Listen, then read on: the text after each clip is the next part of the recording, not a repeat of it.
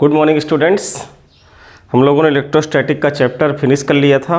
पिछली क्लास में हम लोग आई थिंक गास थ्योरम का एप्लीकेशन पूरा फिनिश किए थे और अब हम एक एक करके न्यूमेरिकल देखेंगे। कुछ न्यूमेरिकल क्लास के दौरान अगर हुए हों तो अच्छी बात है, अगर नहीं हुए हैं तो हर एक जो डेरिवेशन आपने पढ़ा है सभी से रिलेटेड एनसीईआरटी के जो न्यूमेरिकल्स दिए गए हैं और कुछ उसके अतिरिक्त भी आपको हम करवाएंगे। तो आइए शुरू करते हैं। ये फर्स्ट न्यूमेरिकल है हमारा कि what is the force between two small charge sphere having charges 2 × 10⁻⁷ coulomb and 3 × 10⁻⁷ coulomb placed 30 cm apart in air. हमारे पास दो आवेश हैं। हिंदी वाले बच्चे सवाल हिंदी में नहीं लिखा है, मैं प्रयास करूंगा हिंदी में भी आगे से लिखने के लिए, लेकिन आप पहले हिंदी में समझ लो, कोई दिक्कत ही नहीं है, तो भाषा का समस्या नहीं आएगा आपको। मैं समझा तो हिंदी में ही रहा हूँ। 2 × 10⁻⁷ कूलाम का एक आवेश है और एक आवेश है 3 × 10⁻⁷ कूलाम का। ये दोनों आवेश जो हैं वो 30 सेंटीमीटर दूरी पर रखे गए हैं। कहाँ पर? एयर में रखे गए हैं। तो इनके बीच लगने वाला फोर्स क्या होगा? तो आपको सबसे पहला डेरिवेशन इसमें कूलाम का फोर्स बताया गया है कि अगर हमारे सामने दो चार्जेज हैं, एक चार्ज ये हो गया, एक चार्ज ये हो गया, इसकी वैल्यू हो गई Q1, इसकी वैल्यू हो गई Q2, दोनों के बीच की डिस्टेंस हो गई R। तो कूलाम के अनुसार इस पर लगने वाला फोर्स होता है क्या कि F प्रोपोर्शनल Q1 Q2/R²। साथ में आपका डेरिवेशन भी देखिए रिवाइज होता चला जाएगा। मेरा प्रयास ये रहेगा। तो F proportional Q1 Q2/R², coulomb ने ऐसा बोला था और जब प्रोपोर्शनल का चिन्ह हटे आया था तो यहाँ पर एक कांस्टेंट आ गया था K। अब फिर उस कांस्टेंट K की वैल्यू हमने क्या निकाल के रखी थी? 1/4πε0। तो हमारे पास फोर्स का ये फार्मूला निकल के आया था कि 1/4πε0 Q1 Q2/R²। ये तो हमें मिल चुका है। दूसरी बात ये ध्यान देना है बच्चों कि न्यूमेरिकल क्वेश्चन में जो इन्फॉर्मेशन आपको दी रहेगी उनकी यूनिट को आप एक जैसा बनाने का प्रयास करना। अगर वो एसआई सिस्टम में लिखना है सबको एसआई में लिखो, सीजीएस में लिखना है सबको सीजीएस में लिखो, ऐसा करके है ना। प्रयास ये करो कि सभी को एसआई में कन्वर्ट करके लाइएगा, या जिसमें ऑप्शन के हिसाब से चलोगे तो जिस यूनिट में आपका आंसर दिया हो उसमें कन्वर्जन आपको आना चाहिए था। अब यहाँ पर एक चार्ज जो ये Q1 है उसकी वैल्यू इन्होंने क्या दे रखा है? तो Q1 की वैल्यू उन्होंने दे रखा है 2 × 10⁻⁷ कूलाम और Q2 की वैल्यू उन्होंने क्या दे रखा है जरा देखिए, तो 3 × 10⁻⁷ कूलाम और बीच की डिस्टेंस कितना दे रखा है? R। तो R इन्होंने दे रखा है 30 सेंटीमीटर। अब देखिए ये सेंटीमीटर में आ गया, ये कूलाम में थे, ये दोनों कूलाम थे मतलब एसआई सिस्टम में थे, ये सेंटीमीटर में आ गया तो इसको हमें एसआई में बदलना पड़ेगा। तो सेंटीमीटर को जब मीटर में बदलते हैं तो हम क्या कर देते हैं? 10⁻⁻² का मल्टीप्लाई कर देते हैं। तो ये हमको क्या मिल जाएगा? 10⁻⁻² का मल्टीप्लाई करोगे तो 0.3 मीटर आ जाएगा। अब ये सारे वैल्यू जा करके उस फार्मूले में आप रख दीजिए। तो फोर्स का हो जाएगा वैल्यू 1/4πε0। इस चीज़ की वैल्यू आपको बताया गया है कि 1/4πε0 एक कांस्टेंट होता है और इसकी वैल्यू 9 × 10⁹ होती है। ये आपको याद रखना है, ठीक है। तो आइए ये वैल्यू यहाँ पर हम रख देते हैं 9 × 10⁹ और Q1 की वैल्यू कितनी है? तो 3 × 10 2 है, 2 × 10⁻⁷। Q2 की वैल्यू कितनी है? 3 × 10⁻⁷ डिवाइडेड बाई R²। R कितना है? 0.3 × 0.3। अब आप इसका मल्टीप्लाई कर लीजिए तो ये आपका हो गया 9, ये 2 3 हो गया 6, ये 7 7 14 -14 और ये +9। तो 9 में 14 निकाल दो, कितना बचा? 10⁻⁵। अब आप देखो ये 3 का गुणा करोगे तो 3 × 9 हो गया, लेकिन इसमें भी दशमलव है, इसमें भी दशमलव है, तो मैं क्या करूँगा? 100 का गुणा नीचे करूँगा तो 100 का गुणा मुझे ऊपर भी करना पड़ेगा। तो मैं क्या कर दूंगा? ऊपर 100 का मल्टीप्लाई कर दूंगा। अब ये 9 से 9 क्या हुआ? हमारा कैंसिल हो गया। तो हमारे पास ये बचा 6 × 10⁻⁵ और 2 कितना हो गया? -3 न्यूटन। ये हमारा आंसर आ गया कि इन दोनों चार्जेज के बीच में लगने वाला फोर्स जो है वो इस प्रकार से काम करेगा, ठीक है। इसका आप लोग स्क्रीनशॉट ले लीजिए। ये नेक्स्ट क्वेश्चन है आपका, question number 2। The electrostatic force on a small sphere of 0.4 microcoulomb due to another small sphere of charge -0.8 microcoulomb in air is 2 newton. अब यहाँ पर फोर्स बता दिया है, 2 चार्जेस थे, एक सिंपल सा दिख रहा है ना कि 2 आवेश हैं, एक है -0.4 माइक्रोकूलम का, एक है -0.8 माइक्रोकूलम, ये प्लस में है, और इनके बीच का जो फोर्स है वो बता दिया 2 न्यूटन है। ये दोनों रखे कहाँ हैं? एयर में रखे हैं। तो पूछ रहा है what will be distance between them, इनके बीच की दूरी क्या है। काफ़ी सरल है, जैसे अभी अभी आपने देखा कि एक स्फीयर ये हो गया और एक स्फीयर ये हो गया। इसका चार्ज उन्होंने बता दिया है Q1 की वैल्यू कि 0.4 माइक्रोकूलम, और यहाँ पर Q2 की वैल्यू उन्होंने बता दिया है कि माइनस का 0.8 माइक्रोकूलम। बीच की डिस्टेंस r है, ये उन्हें निकालने के लिए उन्होंने बोला है। और फोर्स की वैल्यू इस बार उन्होंने दे दिया है 2 न्यूटन यहाँ पर। तो पहले तो क्या करोगे आप, जो ये माइक्रोकूलम में है इनको कूलम में कन्वर्ट कर लो। 0.4 माइक्रोकूलम को कूलम में बदलोगे तो क्या करोगे? 10⁻⁻⁶। ये आपको पहले ही बताया जा चुका है, फिर भी आप ध्यान दें कि अगर माइक्रोकूलम को कूलम में चेंज करते हैं तो 10⁻⁻6 का मल्टीप्लाई करते हैं, ठीक है। और Q2 0.6 माइक्रोकूलम दिया है क्या? नहीं, 0.8 माइक्रोकूलम है। 0.8 माइक्रोकूलम है तो ये हो जाएगा 0.8 इंटू 10⁻⁻6 कूलम। हम अगर मैग्नीट्यूड बस लें तो हम प्लस में ले सकते हैं, क्योंकि हम फोर्स में केवल मैग्नीट्यूड लेकर के चलते हैं। तो F इक्वल टू हो जाएगा ये 1/4πε0 Q1 Q2 अपान r²। तो F की वैल्यू रख दीजिए 2, इसकी वैल्यू हो गई 9 इंटू 10⁹। Q1 की वैल्यू हो गई 0.4 इंटू 0.8 और 10 की पावर ये -6 कर दोगे तो -12। इतना कैलकुलेशन तो मैथमेटिक्स का आना चाहिए आपको। और r की वैल्यू आपसे मांगा है, r को इधर ले आओ, 2 को उधर ले जाओ, तो r² क्या हो जाएगा आपका? ये 9 इंटू, अब देखिएगा ये 10 की पावर 9 है, 10 की पावर -12 है, तो ये हो गया 10 की पावर -3 इंटू 0.4 0.8, इसका मल्टीप्लाई करोगे तो ये हो जाएगा 0.32 और नीचे क्या आ जाएगा? ये आपका 2, ठीक है।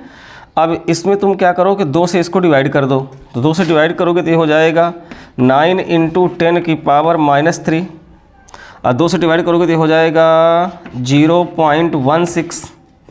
अब क्या करिए बच्चों इसमें कि इस 10 की पावर -3 इसमें आप क्या करो कि 1000 का मल्टीप्लाई कर दो, तो आपका 10 की पावर -3 की कहानी ख़त्म हो जाएगी। तो ये लगभग बन जाएगा आपका, अगर हम इसको क्या करें, इसको हम नीचे लेते आएँ, ठीक है ना। 10 की पावर -3 को आप क्या करो कि नीचे लेके आओ, तो ये चलो मैं यहाँ कर देता हूँ, यहाँ जगह है ना, ठीक है। यहाँ देखो समझो, तो r इक्वल टू हो जाएगा √9 इंटू, हम 100 का गुणा करेंगे, 100 का नीचे गुणा करेंगे, 10 की पावर -3 इंटू 16/100। ये क्या हो जाएगा आपका? 16, 9 का आ गया बाहर 3, 16 से बाहर आ गया 4, और ये ऊपर जा कर के बन गया क्या? √10 की पावर -5। क्या बन गया? तो ये आपका हो जाएगा क्या? 10 की पावर -5 से 10 की पावर -2 बाहर आ जाएगा, तो 3 इंटू 4 अपान 10 की पावर -2 अपान √10। ये क्या हो जाएगा? 4 तिहाई 12 अब बटे 10 की पावर, ये मैंने गलत लिखा है माइनस में, ये 10 की पावर 2 का मतलब हो गया 100 अब 1 अपान ऐसा करके। तो इसको सॉल्व करना पड़ेगा, थोड़ा सा न्यूमेरिकल वैल्यू इसकी देख लेते हैं, चलो क्या होती है। तो ये सॉल्व कर सकते हो इसको, ये तो 12 सेंटीमीटर हो गया ना, और ये वैल्यू जो भी आएगी उसको, बट थोड़ा सा कॉम्प्लिकेटेड आंसर आ रहा है क्या? सब कुछ सही है मेरे ख्याल से, कहीं कुछ गलत नहीं है, गलत होगा देख लेना। मैं क्वेश्चन एक बार देख लेता हूँ। हाँ, यहाँ पर 0.2 न्यूटन दिया है, ये सॉरी क्या दिया है? 0.2 न्यूटन क्वेश्चन में। हालांकि नहीं भी है तो कोई दिक्कत नहीं है, आपको जो इन्फॉर्मेशन दे उसके हिसाब से आपने सही किया हुआ है, ठीक। अगर 0.2 न्यूटन है तो आप यहाँ पर क्या लिखेंगे? आर की वैल्यू रखेंगे, सॉरी एफ की वैल्यू यहाँ 0.2 रखेंगे आप, और जब यहाँ 0.2 रखेंगे तो यहाँ भी 0.2 रखना पड़ेगा आपको, ठीक है ना। और यहाँ जब 0.2 आप रखेंगे तो फिर यहाँ से इसको आप अलग तरीके से सिंप्लीफाई कर लो जल्दी से, इतना लंबा फिर जाएगा भी नहीं ये, वो इन्फॉर्मेशन में कुछ कमी थी। देखो कैसे हो जाएगा फिर ये 0.2 है ना, तो इसको आप इससे डिवाइड करो, 0.1 अंक इधर चला जाएगा, तो ये हो जाएगा 3.2। 3.2 का 9 से मल्टीप्लाई करेंगे, नहीं ये हो जाएगा क्या 1.6, ये 1.6 का 9 से करेंगे तो ये हो जाएगा 14.4, और ये आपका 10 की पावर -3 है, तो 10 की पावर -3 नीचे चला गया तो +3 बन गया। बस अब आप एक 10 का ऊपर एक 10 का नीचे गुणा करोगे तो ये हो जाएगा 144 और नीचे हो गया 10 की पावर 4, ये r² था, तो r हो जाएगा 144 10 की पावर 4, 144 का हो गया 12, 10 की पावर 4 का हो गया 10 की पावर 2, तो ये हो गया 12/100। 12/100 का मतलब हो गया क्या 0.12 मीटर, या इसी को सेंटीमीटर में लिखोगे तो 12 सेंटीमीटर, ठीक है ना। तो ये 0.2 नोटिंग के हिसाब से ऐसा आएगा, हालांकि सही आपका वो भी था जो इन्फॉर्मेशन थी उसके हिसाब से लगाया गया था, ठीक है। इसका स्क्रीनशॉट लीजिए, नोट कर लीजिए। ये क्वेश्चन एक और है, check that the ratio of this is dimensionless. इसमें कुछ नहीं है, सिर्फ ये बता रहा है कि बताइए कि ये जो क्वांटिटी लिखी गई है ये डायमेंशनलेस है, इसकी कोई बीमा नहीं है। मतलब अगर हम इसका बीमी सूत्र निकालेंगे, तो अगर इसका बीमी सूत्र आपका इस प्रकार से आ जाए m0 l0 t0 a0, तो आप समझ लेना कि क्या हो गया, डायमेंशनलेस हो गया, इसके पास कोई भी डायमेंशंस नहीं है। लेकिन ये निकाल तभी पाएंगे जब हमको ये पता हो कि इसमें जो कांस्टेंट दिए गए हैं उनका क्या मीनिंग है ना। तो यहाँ पर देखिए k का मतलब क्या है, तो k अभी अभी जो हम कांस्टेंट निकालते थे इलेक्ट्रोस्टैटिक फोर्स में वो लिखा गया है यहाँ पर। तो फोर्स का फार्मूला क्या पढ़े हो, फोर्स इक्वल टू आपने पढ़ा k q1 q2 बटे r²। यहाँ से k की वैल्यू अगर निकालोगे तो k की वैल्यू क्या हो जाएगी Fr² बटे q1 q2। बताओ k का मान मिल गया आपको। अब ये मान k का जा करके वहाँ लिख दीजिए, तो therefore ke² upon g mass of electron mass of proton, k की वैल्यू यहाँ से लाइए Fr² अपान q1 q2, साथ में ये वाला e² ऊपर रहेगा, नीचे कैपिटल G रहेगा, मास ऑफ इलेक्ट्रॉन रहेगा, मास ऑफ प्रोटॉन रहेगा। अब जो ये वाला F लिखा है, तो F का मतलब हुआ फोर्स। अब फोर्स का फार्मूला होता है न्यूटन, सूत्र होता है उसका, डायमेंशन फार्मूला होता है MLT-2। अगर किसी को याद नहीं है याद रख लेना, क्लास 11th में MLT-2। और R क्या है डिस्टेंस, तो इसका हो गया L²। E क्या है चार्ज, E क्या है चार्ज, और चार्ज क्या होता है Q बराबर IT, तो I का एम्पियर, T का टाइम, तो इसका हो गया एम्पियर² टाइम स्क्वायर डिवाइडेड बाई, यहाँ भी Q1 Q2 है तो इसका इस Q1 का एम्पियर टाइम, इसका भी एम्पियर टाइम, तो ये भी हो गया एम्पियर² टाइम स्क्वायर। ये G जो है गुरुत्वाकर्षण नेतांक है, क्या है ये गुरुत्वाकर्षण नेतांक, और इसका भी फार्मूला यहाँ से निकाल सकते हो कि F बराबर फार्मूला पढ़ाया गया है क्लास 11th में, न्यूटन का फार्मूला था ये ग्रेविटेशनल अट्रैक्शन के लिए, गुरुत्वाकर्षण आकर्षण के लिए, G बराबर m1 m2 बटे r²। इसका मल्टीप्लाई कर दोगे यहाँ से तो Fr² अपान m1 m2, ये वैल्यू किसकी आई थी G की। तो G का डायमेंशन फार्मूला यहाँ से क्या बन जाएगा जरा सोचो, F हो गया MLT-2 और R क्या हो गया L², और नीचे क्या हो गया m इंटू m, तो एक m कट गया, एक m ऊपर चला गया, तो m-1 L³ T-2। चलो भाई G का मान रखो m-1 L³ T-2, और ये मास of electron mass of proton दोनों ही मास इंटू मास हैं। अब देखो a² से a² t² से t², ये तो कट गया आपका, कोई दिक्कत नहीं हुई। अब ये वाला क्या हो गया m², ये -1 से करेंगे तो केवल क्या बचेगा m, तो इसको हम थोड़ा सिंप्लीफाई यहाँ कर देते हैं। ये क्या लिखा है देखो, इसको देख लीजिए यहाँ आगे कैसे बनेगा भी ये वाला आपका हो गया m, ये l का L² से हो गया L³, ये T-2 ऊपर का, और नीचे का देखो ये m² m-1 से क्या हो गया m, ये हो गया L³ और ये हो गया T-2। तो अब सब देखो एक जैसे दिख रहे हैं कि नहीं दिख रहे हैं? तो m0 l0 t0, तो ये क्वांटिटी कैसी हो गई? डायमेंशनलेस। ये आपसे काफ़ी इजी सवाल है, इसको आप कर सकते हो, लेकिन ये इजी तभी होगा जब आपको इन जितने भी यहाँ पर कांस्टेंट्स दिए गए हैं सभी को आप मीनिंग पता होना चाहिए कि इसको क्या बोलते हैं। के आपका क्या था यहाँ पर कि जो फोर्स कांस्टेंट इलेक्ट्रोस्टैटिक्स में होता है वो था, और ई क्या है? चार्ज है। जी क्या है? ग्रेविटेशनल कांस्टेंट है। M E mass of electron, mass of proton. उसके हिसाब से मैंने इसको तैयार किया। ठीक है, इसका भी स्क्रीनशॉट ले लीजिए। ये आपका एक क्वेश्चन है। नेक्स्ट देखो, अकॉर्डिंग टू गिवन फिगर, मैंने ज़्यादा कुछ लिखा नहीं, सिर्फ फिगर में दिखा दिया बात को। According to given figure, if force acting on charge B due to charge A is 2 × 10⁻⁶ newton, then find resultant force on B। ये आपको डायग्राम में दिख रहा है कि हमारे पास A B फिगर है, जिसमें आपको देख रहे हैं कि A B C 3 पॉइंट दिए गए हैं। पॉइंट A पर plus Q charge, point B पर माइनस Q चार्ज और पॉइंट C पर प्लस Q चार्ज बैठा हुआ है। आपको बता रहा है कि इसके कारण, किसके कारण? Charge B due to charge A। हाँ, A के कारण B पर जो फोर्स लग रहा है वो दिया है ये 2 × 10⁻⁶, और हमें बताना है कि B पर लगने वाला नेट फोर्स क्या होगा। तो अब आप इतना तो समझ जाओ, पहले देखो A के कारण B पर लगने वाला फोर्स कितना होगा, और B के कारण C पर लगने, C के कारण B पर लगने वाला फोर्स कितना होगा। अब दोनों फोर्स की डायरेक्शन जो होगी वो अलग अलग होगी। भाई ये इसको अट्रैक्ट करेगा अपनी तरफ, ये इसको अट्रैक्ट करेगा अपनी तरफ, तो डायरेक्शन दोनों की क्या हो जाएगी? अलग अलग। हम मान लेते हैं कि ये वाला फोर्स जो आया वो आ गया F1, और ये वाला फोर्स जो आया वो आ गया F2। इस मतलब इसने इसको अपनी तरफ खींच लिया, A ने B पर फोर्स लगाया, उसको खींचा। इधर Q ने C ने B पर फोर्स लगाया, उसने अपनी तरफ खींचा। मतलब ये जो फोर्स है इस तरफ लग जाएगा, ऐसे चला जाएगा, और जो इस वाले में है वो ऐसे चला आएगा।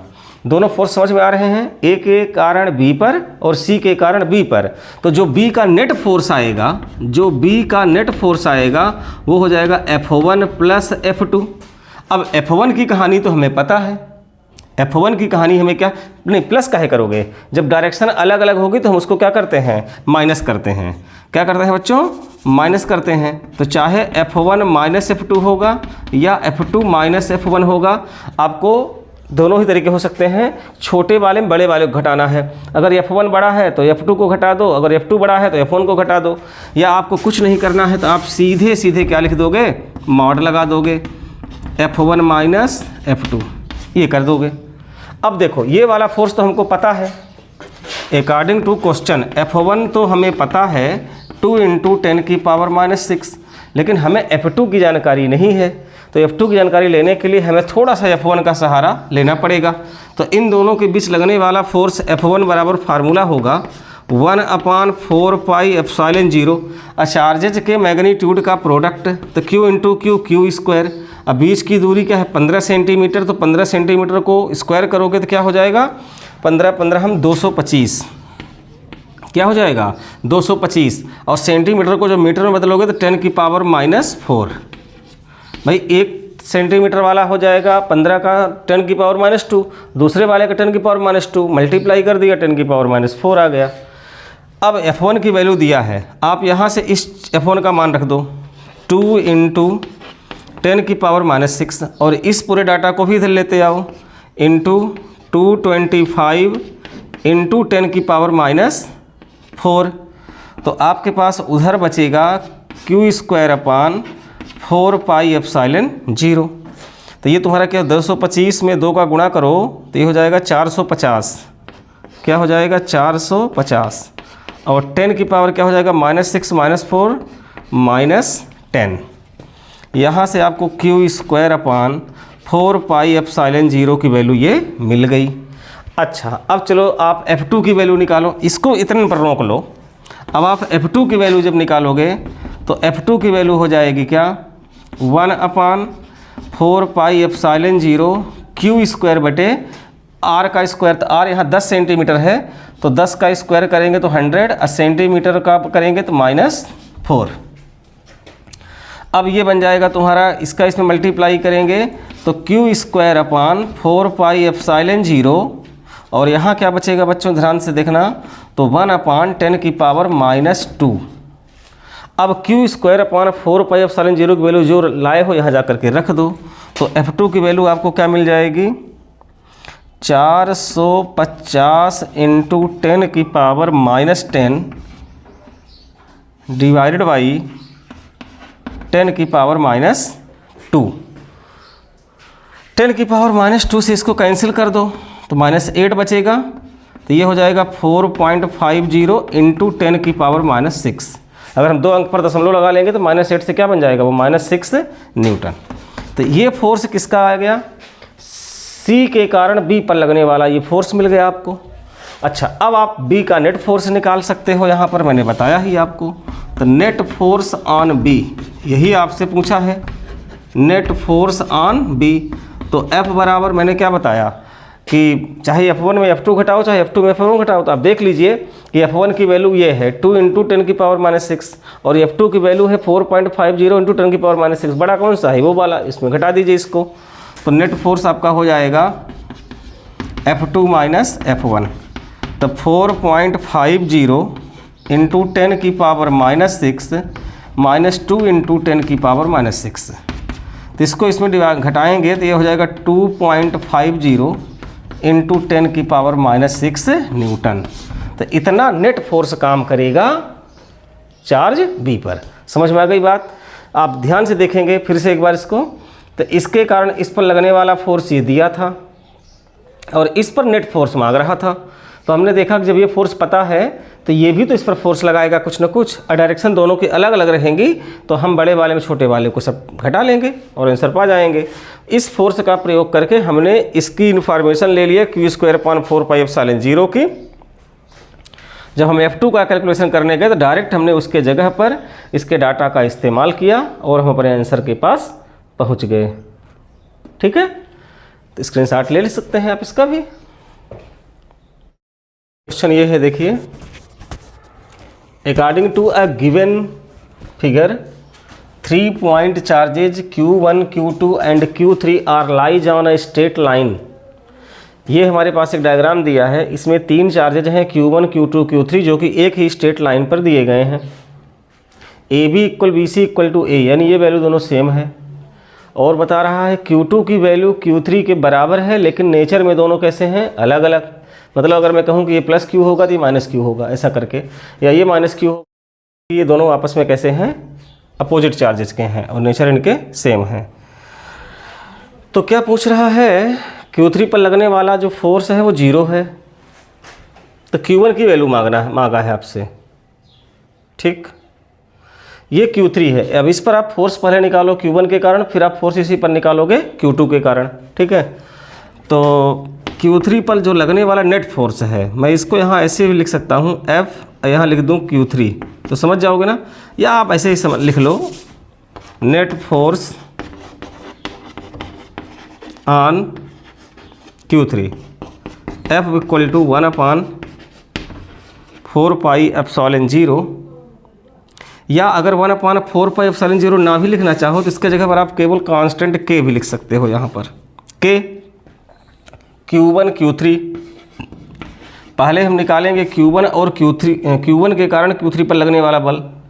अब बीच की डिस्टेंस कितनी हो गई, A2A का होल स्क्वायर, प्लस Q2 के कारण Q3 पर लगने वाला फोर्स K, Q2 Q3, और बीच की दूरी कितनी हो जाएगी, A²।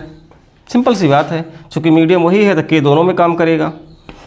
अब प्रश्न में जो दिया है वो नोट कर लो, ये तो सही है Q1 Q3, और ये 4A² हो गया प्लस K। अब प्रश्न में क्या बोल रहा है, वहाँ Q2 की वैल्यू -Q3 है, तो जहाँ Q2 लिखा है यहाँ क्या लिख सकते हो, -Q3, तो -Q3 और ये Q3 का मल्टीप्लाई करेंगे तो ये हो जाएगा -Q3 का स्क्वायर, और डिवाइडेड बाई क्या हो जाएगा, ये A²। इस माइनस को अगर यहाँ लगा लें तो ये प्लस में हो जाएगा। तो कुछ चीज़ें क्या कॉमन आ रही हैं, बिल्कुल आ रही हैं। K/4A², 4 भी नहीं है, A² है, K/4A² दोनों में है, और Q3 भी है, इतना कॉमन ले लो। ज़रा बताओ यहाँ क्या बचा, Q1, नीचे क्या बचेगा 4, अब माइनस यहाँ क्या बचेगा Q3। आपको क्वेश्चन में दिया है कि नेट फोर्स 0 है Q3 पर, ये ही नेट फोर्स आ रहा है, तो इसकी वैल्यू क्या है 0। तो according to question net force क्या दिया है 0।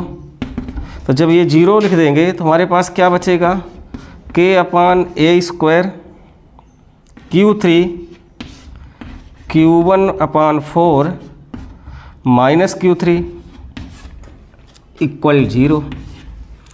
अब ये पूरी की पूरी वैल्यू 0 से, या कहोगे ये 0 के बराबर होगा या ये 0 के बराबर होगा। अगर दो फंक्शन का गुणा हो रहा है तो या तो ये 0 के बराबर हो या तो ये 0 के बराबर हो। अब ये चीज़ तो 0 के बराबर होने से रही, ये होनी नहीं है, तो इसको 0 के बराबर होना पड़ेगा। ये 0 के बराबर नहीं हो पाएगा, है ना, समझ रहे हैं बात को। इसलिए 0 किसको होना पड़ेगा, इसको होना पड़ेगा। तो Q1/4 minus Q3 equal to 0।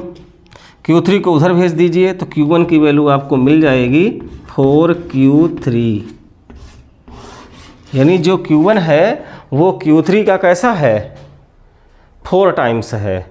और नेचर भी कैसा है कि जो चार्ज Q3 का है वही चार्ज Q1 का है, यानी इसका चार्ज इसके चार्ज के जैसा ही है, लेकिन इससे क्या है अपोजिट है। तो ये हो गया इस क्वेश्चन का आंसर, इसको भी आप नोट करें।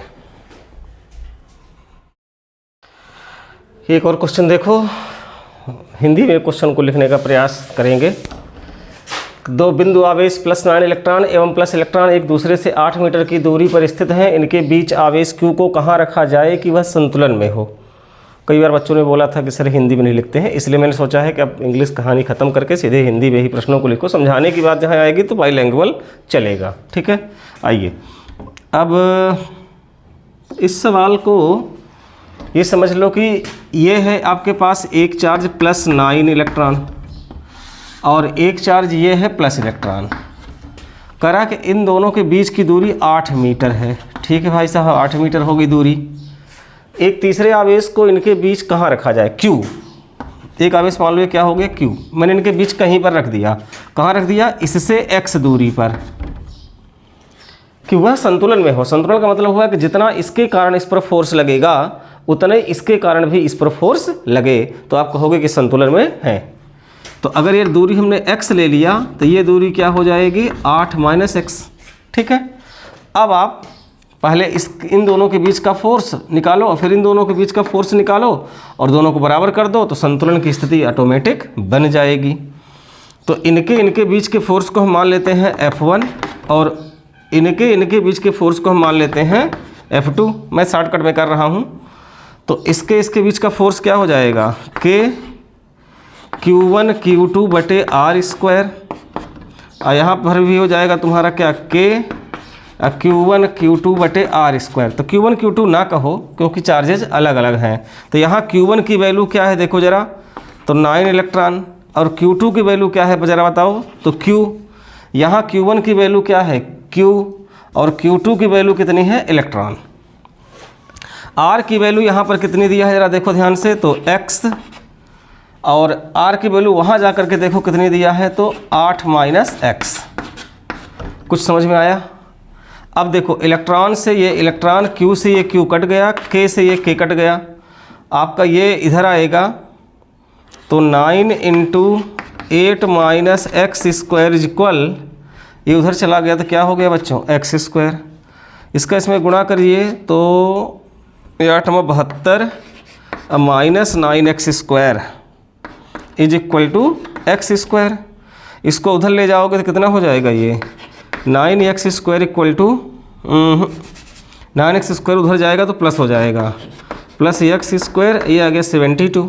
दोनों को जोड़ोगे तो कितना हो जाएगा 10x² इक्वल टू 72। कुछ गलत हो रहा है क्या, तो x² आ गया 72/10।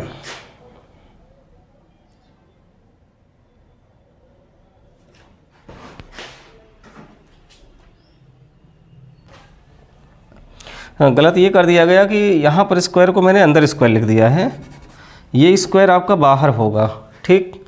और जब ये स्क्वायर आपका बाहर होगा तो फिर पूरे का स्क्वायर रूट ले लो, फिर पूरे का स्क्वायर रूट लोगे तो क्या हो जाएगा 3 × 8 - x = x।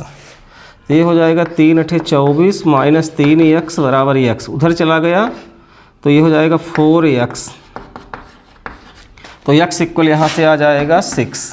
क्या आ जाएगा 6। यानी कि इस चार्ज को +9 इलेक्ट्रॉन से 6 मीटर दूरी पर रखा जाना चाहिए, या दूसरे शब्दों में कहो तो प्लस इलेक्ट्रॉन से 8 - 6 यानी कि 2 मीटर दूरी पर रखा जाना चाहिए। ये जो थर्ड चार्ज आपका Q है, तो इसको अगर तुम बात करते हो कि हम 9 इलेक्ट्रॉन से कितनी दूरी पर रखेंगे तो बोलोगे 6 मीटर पर, और अगर इसी को हम कहें कि प्लस इलेक्ट्रॉन से कितनी दूरी पर रखेंगे तो 2 मीटर पर। ये आपका आंसर हो जाएगा। ठीक है, नोट करिए। नेक्स्ट क्वेश्चन है बच्चों कि 4 point charges QA, QB, QC, QD are placed at the corner of square ABCD of the side 10 cm. What is the force on charge 1 microcoulomb placed at center of the square? अब QA, QB, QC के सबके मान भी दिए गए हैं। प्रश्न का बहुत सिंपल सा कहना है कि आपके पास एक स्क्वायर है। अब इस स्क्वायर में इसका नाम दे दिया गया है ABCD। ए पर चार्ज बैठा है कितना 2 माइक्रोकूलम, बी पर कितना बैठा है -5 माइक्रोकूलम, सी पर बैठा है 2 माइक्रोकूलम और डी पर बैठा है -5 माइक्रोकूलम। स्क्वायर का जो सेंटर है, सेंटर मतलब डायगोनल का इंटरसेक्टिंग पॉइंट, ये वाला, यहाँ पर एक चार्ज बैठा है 1 माइक्रोकूलम। प्रश्न यह पूछ रहा है कि 1 माइक्रोकूलम पर लगने वाला नेट फोर्स क्या होगा। तो नेट फोर्स का मतलब ए के द्वारा लगने वाला फोर्स, बी के द्वारा लगने वाला फोर्स, सी के द्वारा लगने वाला फोर्स और डी के द्वारा लगने वाला फोर्स। तो फोर्स निकालना है तो 2 चार्ज पता होने चाहिए और उनके बीच की डिस्टेंस पता होनी चाहिए। तो डिस्टेंस तो इन्होंने साइड का दे रखा है 10, तो इसका भी क्या हो जाएगा 10। अब 10 और 10 अगर साइड दोनों मिल गई तो पाइथागोरस थ्योरम लगा करके आप ये डायगोनल निकाल सकते हो। तो डायगोनल क्या हो जाएगा, कोई भी डायगोनल निकालो, जैसे मान लो मैं AC या BD किसी की भी बात करता हूँ, तो AC हो जाएगा √10 का स्क्वायर + 10 का स्क्वायर, तो दिस बिकम्स 10√2 सेंटीमीटर। और हमें तो ये चीज़ चाहिए थी, चूँकि हम अगर ये डिस्टेंस की बात करेंगे तो हमें AC का आधा चाहिए AO, तो AO बराबर इसका आधा कर दोगे तो क्या हो जाएगा 5√2 सेंटीमीटर। अब सेंटीमीटर को मीटर में बदल दोगे तो 5√2 × 10⁻⁻² मीटर। अब चार्ज फोर्स निकालो A के कारण O पर, उसको हम कहेंगे FA। क्या कहेंगे बच्चों, FA। तो ये हो जाएगा 1/4πε0। अगर नहीं लिखना है तो मत लिखो, उसकी जगह पर K लिख लो। क्या लिख लो, K। तो K इंटू पहला वाला चार्ज 2 माइक्रोकूलम, तो 2 × 10⁻⁻6। दूसरा वाला charge 1 microcoulomb, 1 × 10⁻⁻6 divided by distance का स्क्वायर। तो ये 5 × 5 = 25, 2 का स्क्वायर 2, तो 25 × 2 = 50, 50 × 10⁻⁻4। इसको और सिंप्लीफाई करना है तो ये 2 से कट जाएगा 25, और ये 10⁻⁻4 कट जाएगा तो ऊपर 10⁻⁻8 बचेगा। 10⁻⁻8 और नीचे कितना आ गया 25। अब आप FB निकालो, तो K इंटू कितना आ जाएगा, FB कहाँ है, ये B के कारण उस पर लगने वाला फोर्स, तो -5। क्या हो जाएगा ये -5।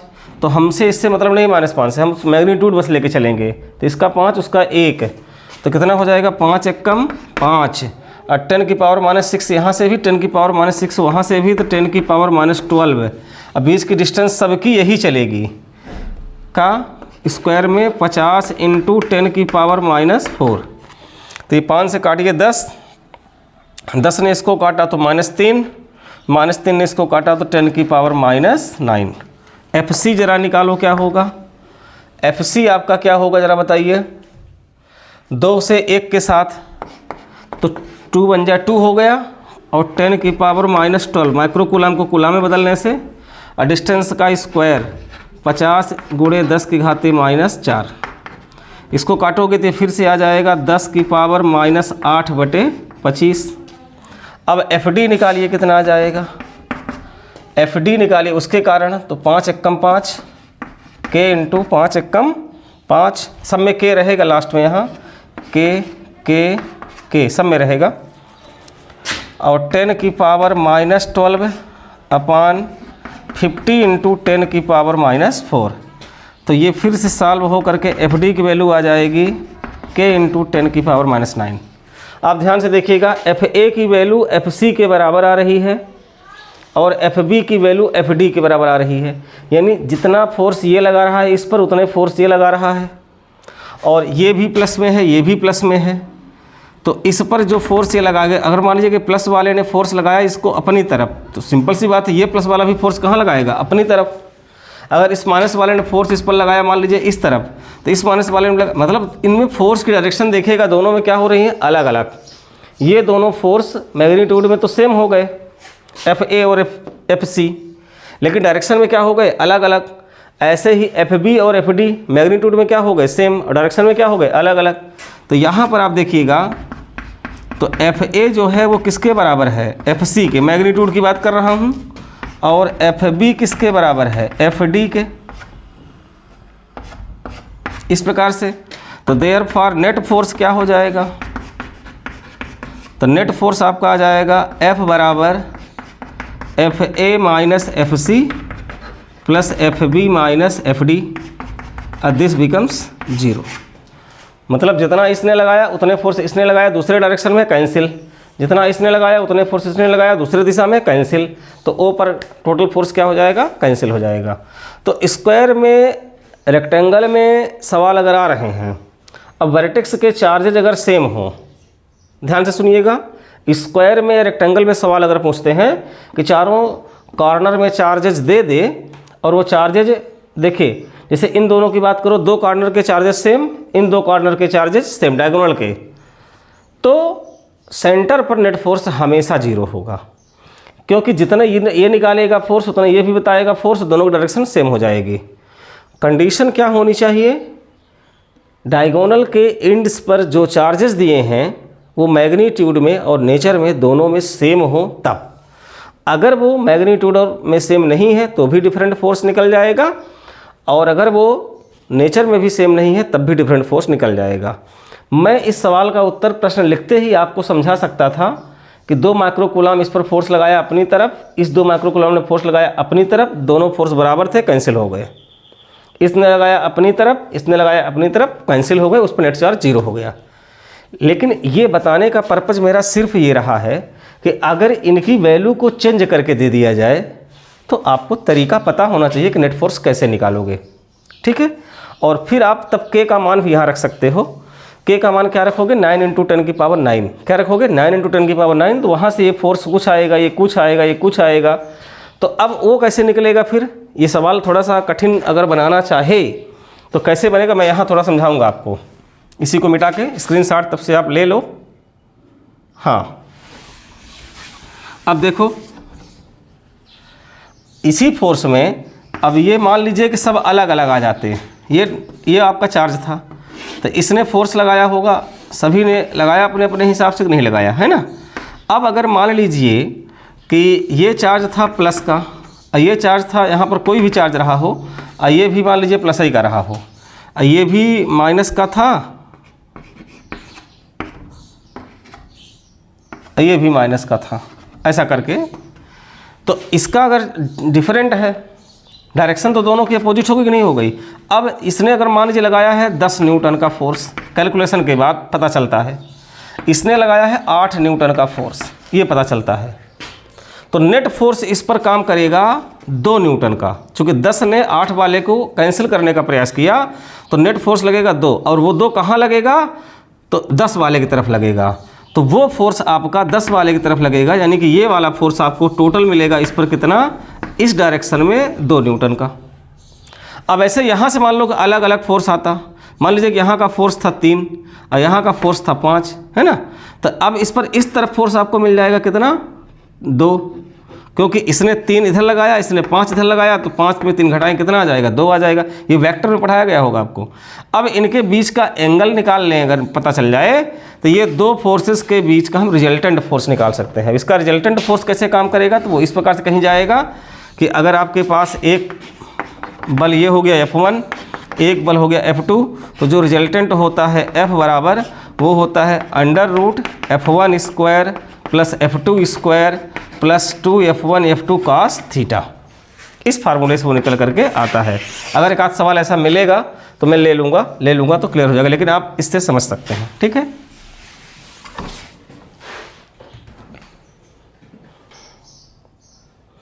तो हो गया है। अभी आज के लिए इतना ही रखते हैं, है ना। कुछ और क्वेश्चन के साथ फिर हम आगे आएंगे। थोड़ी सी एक त्रुटि हुई, अभी बिट्टू ने हमको याद दिलाया। हमारे जो आज के ऑपरेटर हैं वो बिट्टू हैं, है ना। और तो बिट्टू ने हमसे क्या याद दिलाया पता है आपको? उन्होंने बोला कि आपने प्रॉमिस किया कि हिंदी में क्वेश्चन लिखेंगे, लेकिन आपने इंग्लिश में लिख दिया। बिट्टू बोले तो हमारी बच्ची छोटी सी है, उसने हमको याद दिलाया, तो मैं क्षमा चाहूँगा। लेकिन थोड़ा सा धीरे धीरे करके आ जाएगा। लिखने में कुछ भी हो जा रहा है, पर आपको बताने में और समझाने में कहीं कोई दिक्कत होगी तो आप हमको कमेंट में बताइएगा। और हम क्वेश्चन का लेवल इससे हाई ले जाएं या ऐसा ही अभी चलाएं कुछ समय के लिए, क्योंकि हाई भी जाएगा, आपकी डिमांड पर जाएगा। अगर आप चाहेंगे तो हम थोड़ा सा लेवल को और हाई करेंगे, फिर आपको आगे कैसा होता है अपना ओपिनियन आप ज़रूर दीजिएगा। लेकिन सभी का सहयोग अगर बराबर रहेगा तभी आगे मैं भी काम कर सकूँगा। और आपका केवल और केवल हमें क्या चाहिए, सहयोग। और सहयोग क्या होता है कि अधिक से अधिक चैनल को हमारे लाइक करिए, सब्सक्राइब करें और अपने दोस्तों को, अपने साथियों को बताएं। और ख़ास तौर से उन बच्चों को कि जो पैसे के वजह से कोचिंग कहीं नहीं कर पाते हैं और वो शिक्षा के वंचित रह जा रहे हैं बेचारे, तो उनके लिए मैं पूरी जो भी आपका बोर्ड लेवल के एग्ज़ाम्स होते हैं तो मैं पूरा फिजिक्स और मैथ मैं दोनों को कंप्लीट करूंगा। अभी मैथ का मैं क्लास शुरू करूंगा जैसे ही मैं फ्री हो जाता हूं, मुश्किल से हफ्ते 10 दिन में। तब तक फिजिक्स आपकी चलती रहेगी। लगभग एक चैप्टर फिजिक्स का ख़त्म हो चुका है। अब इसमें कुछ चीज़ें भी बची हैं, जैसे न्यूमेरिकल हैं, कुछ कॉन्सेप्चुअल क्वेश्चन, वो हम आपसे चर्चा में ले लेंगे, 1-2 क्लास में हो जाएगा। और फिर हम लोग शुरू करेंगे अगला चैप्टर। तो आपसे बस यही सहयोग है कि अधिक से अधिक लोगों तक पहुंचाइए और अधिक से अधिक लोगों को लाभ मिले। और कहीं ना कहीं आपका हमारे लिए भी एक ये बहुत अच्छा रहेगा कि आप हमको साथ देते हो, तो मुझे काम करने में अच्छा लगेगा। धन्यवाद।